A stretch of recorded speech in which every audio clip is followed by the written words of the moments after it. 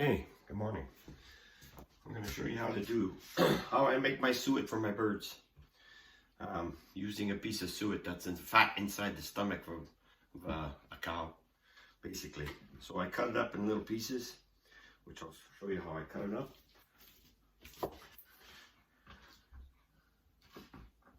Basically, you want to cut it up in little squares, because you got to render it down. It takes a while to render it down, so little chunks like this is what you need. So I'll cut that up, and then I'll come back to you, show you what's the next step. Okay, it's all cut up. Put it in a frying pan. Just put it on the low heat. Start off with high a little bit, just to get it started, then turn it right down to low. Cover it up and let it render down. Now you can buy your suet already ground from a butcher. They sell it like that. I've seen it at Food Basic. Makes it quite more expensive. I get mine at the Mennonites, and it's a little bit better deal that way. I use lots. This is probably going to be batch number 10, I think, this year already, and it's only mid-December, or almost Christmas, I guess. Yeah. So, anyways, this will take a while.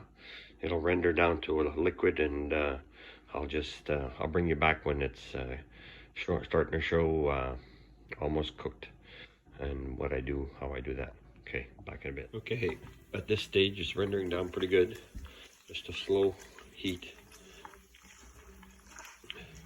and I squeeze the bigger chunks, try to get as much fat and juice out of them, and then we're almost ready. It does have a little bit of a smell, so I do is put the fan on. Gotta take care of that a bit. Doesn't bother me too much, but it's like cooking greasy food. It's okay. It's for the birds. It's worth it. Be back in a bit. Okay, now the suet is rendered down. I'm gonna add a big, probably 3 good tablespoons or more of peanut butter, and we'll let that melt in there. Just stir it up and it'll melt. Take a few minutes, and then we'll go to the next step. Yeah, they're gonna love it, as they always do.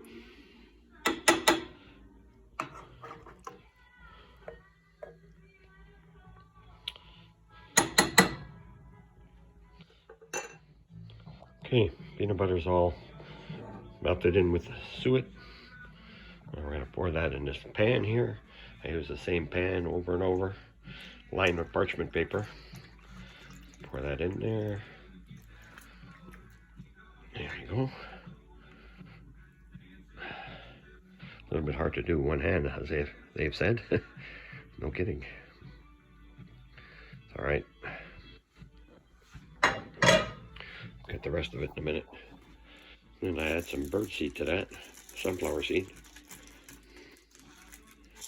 Let's spread this out here, because it'll all harden up together. Yeah. Spread it out.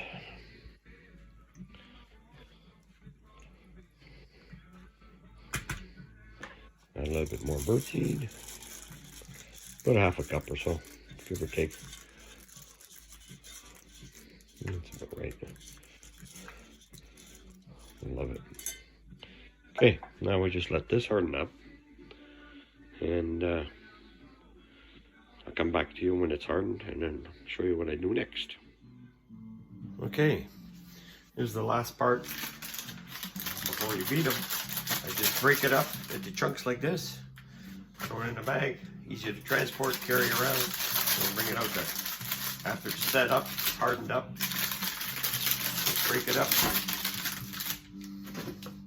throw it in the bag, in a container, ready to put out there.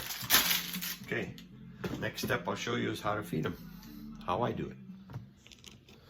Okay, so we have the chunks of suet, nice and easy to work with, and fill a hole, just smear them in the logs, smear them in there. they will pull it out, no problem. The Harries, the Blue Jays, even the chickadees will like that stuff. Grosbeaks don't seem to care for it much. Even this little sardine can with the screen in it, smear it in there, and that's the last step. Take care of that. That's how I do my suet for my birds. Hope that's helped some people out. There's my recipe. Ain't no top secret, but it works. Keeps them coming back day after day. Keeps coming back for more.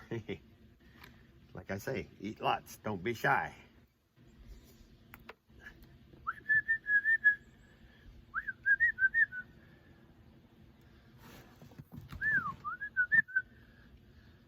Fill the holes. This will be cleaned up probably tomorrow, later in the day today for this, so fill it up, but that's okay. They'll be back. It won't take long. Especially the woodpeckers, they come right away. Yeah.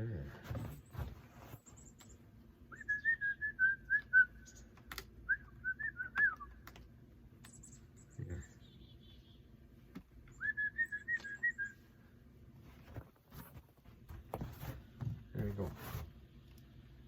Fill the nooks and crannies. The holes I put in my burrow log.